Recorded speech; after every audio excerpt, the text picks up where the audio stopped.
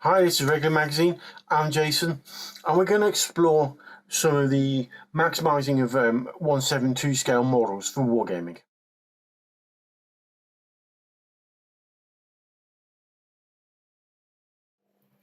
So, wargaming is quite an immersive and strategic hobby, and quite often relies on the use of intricate miniatures to bring battlefields to sort of life on a tabletop.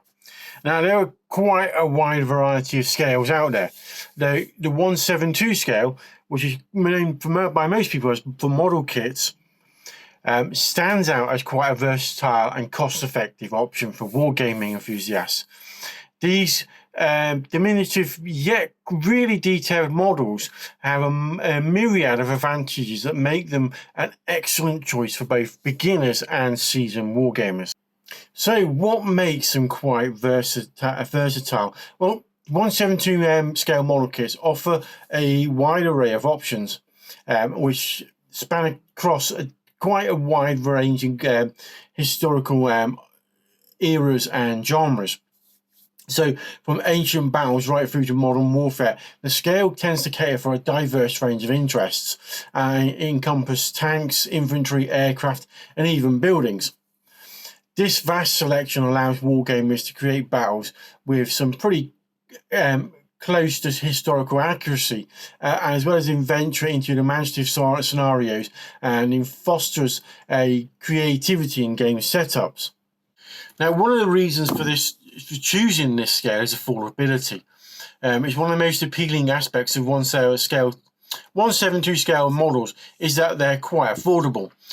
When you compare them to larger scales, these kits are generally a lot more sort of budget friendly, and they enable gamers to amass much larger armies or diverse collections without breaking the bank.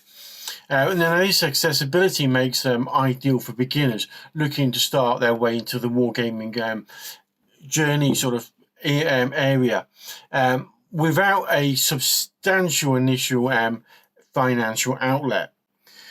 So, how realistic are they on the tabletop?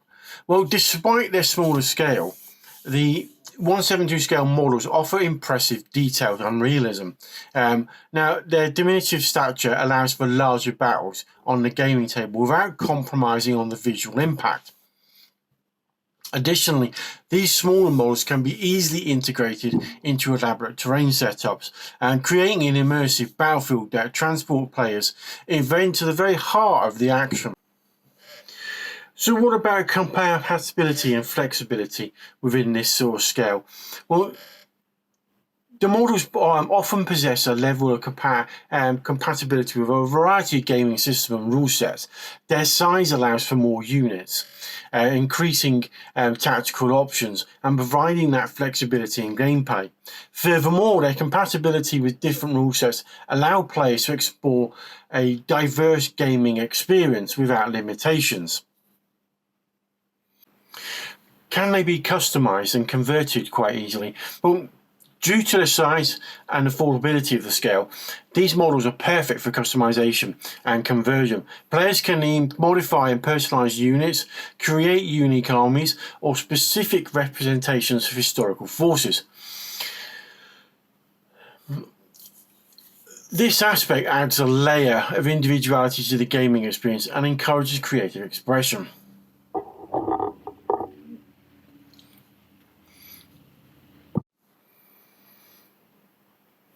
So let's look at some tips for using this scale for wargaming. You invest in quality. Now, while there are budget-friendly model kits out there, investing in a sort of higher quality end can enhance the gaming experience with better detail and normally sturdier materials. Now, terrain tends to matter a lot. Building detailed and proportionate terrain is crucial for creating that immersive battlefield. DIY terrain often complements the scale quite effectively. Now, when it comes to painting and detailing, this can add significantly elevate the visual appeal of this range of models. Consider exploring cost-effective painting techniques to bring out the best in these smaller miniatures. Now, 1/7/2 scale model kits present an excellent opportunity for wargaming enthusiasts to delve into sort of expansive battles without straining their resources. Their affordability, versatility and adaptability make them quite a prime choice for both beginners and experienced gamers. They offer a gateway to a diverse and engaging gaming experience. With their potential for customization and vast options, the smaller scale are mighty in their contribution to the world of wargaming. As I said, 1/7/2 scale is quite a good scale for modelling. Now, when we said before, buying detailed kits, you can buy budget kits. This is a budget kit. It's still got quite a bit of detail. It's quite sturdy. It's not going to break the bank. But then you can go up to this sort of level where it's a much nicer kit. It's more expensive in price range. This holds a lot more detail. There are a lot more parts to this one in comparison to this. This was very quick to build. It was about 15 minutes. The parts were almost push fit in places. Whereas, for instance, this is pretty much one piece, this turret. I think the only elements that had to be added on was the main machine gun and then this cage at the back, basket, whereas this one is multiple parts. Every little tiny detail that's on that turret is a part that had to be glued on. So you can go, like I said, you can go really budget with this end of the scale, and you're paying under £5 for that kit. Or you can go right up to the sort of far top end. This is a Meng kit, so it's about £15, I think, roughly around that price range. So you can go, like I said, I think you can probably pick up £30 1/7/2 scale kits, and you can pick up as cheap as in the UK. There's a shop called Boys, and they've had 1/7/2 push fit kits in for as little as a couple of pounds. So you've got a wide range to sort of purchase into for it. And these kits are perfectly fine for wargaming, to be honest. They paint up quite well. They look quite good on the tabletop. And they don't, like I said, they don't break the bank. See, this is another of that same sort of price range from the same company. So 1/7/2 scale is, for price wise, you can go cheap as chips, or you can go sort of somewhere in between. At 28mm, this tank is definitely going to cost you in the £30 range. And this was half the price. So for the price of a 28mm, I can get two of these. Or I could go down to this range and get half a dozen. So, that's one of the great things about the scale, is that because it's so many manufacturers out there, so many companies making 1/7/2 scale kits, you've got a good array of different price ranges to go in at. And yeah, if you're going in at the low end, you're getting a reasonably nice kit, but it's not as detailed as when you go to the top end of the scale. But budget there's something for everyone within their budget within this scale. I know, so it covers different periods. One of the most popular is World War II. I'm currently doing some moderns with 1/7/2 scale, but you can go ancients. So you can go all the way down to sort of ancients, and those were Chinese ancients, but use like Romans, and then you go Dark Ages, Middle Ages. Middle Ages is quite popular. One of the most popular scales at 1/7/2 is periods in 1/7/2 is Napoleonics, There's a plethora of manufacturers making Napoleonic kits out there, and the quality goes from reasonably okay right up to sort of high-end spec, but then you're paying for that sort of price for those sort of high-end spec sort of stuff. And because it's not, they're not big models, armies take up smaller space. Terrain is another good thing about this scale. The terrain's a lot smaller, so it doesn't take up the storage capacity that when you're gaming in 28mm does. And being able to sort of pick up from a different manufacturer, because you're not limited to one manufacturer, you've got more choice, and you can maximize your budget to the best of your ability, because you're not buying from one company. If you've delved into a war game that's only made by one company, you've got no choice but to pay and buy their products at their price range. When you're delving into 172 and you're delving into historical periods, you've got more choice.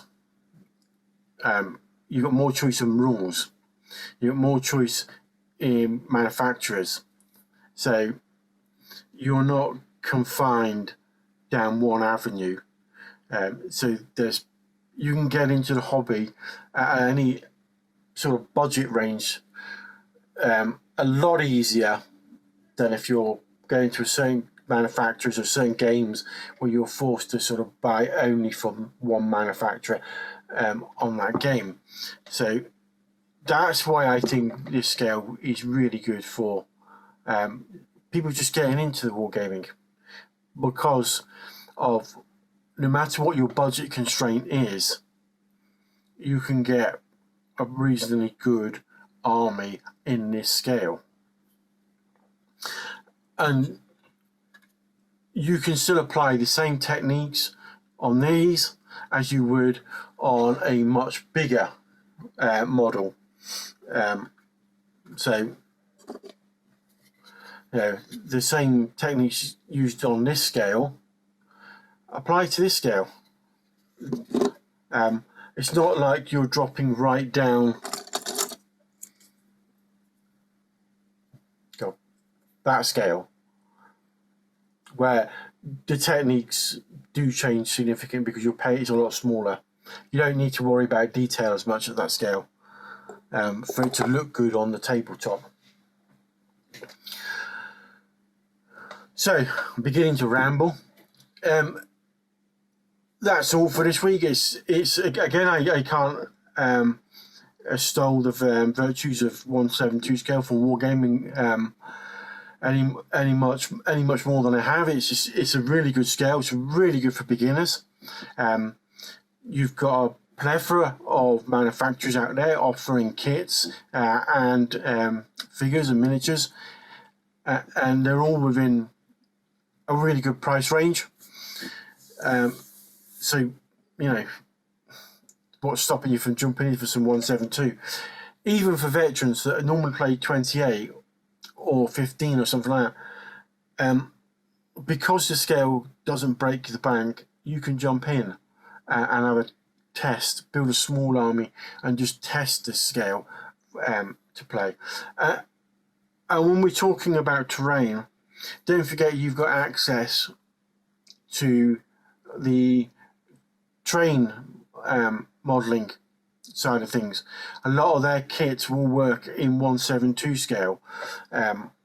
So you've got the whole sort of train hobby for anyone that's playing sort of 19th and 20th century, sort of, I would say late 19th to sort of modern war game. If you're playing in those, and let's say 150-year period, 200-year period, a lot of the buildings that are used in the model railway community will work on the tabletop for 172 if you're in that, playing within that historical period, say over the last 200 years. And obviously the closer you are to an hour to modern, there'll be more choice within those buildings. Obviously, if you're playing sort of early 20th century, you're not going to be able to take the more modern buildings. But still, you've got that whole railway community of products to choose from as well for terrain building and stuff like that. Anyway, I'm going to wrap it up now. And don't forget to like and subscribe, and I shall see you next time.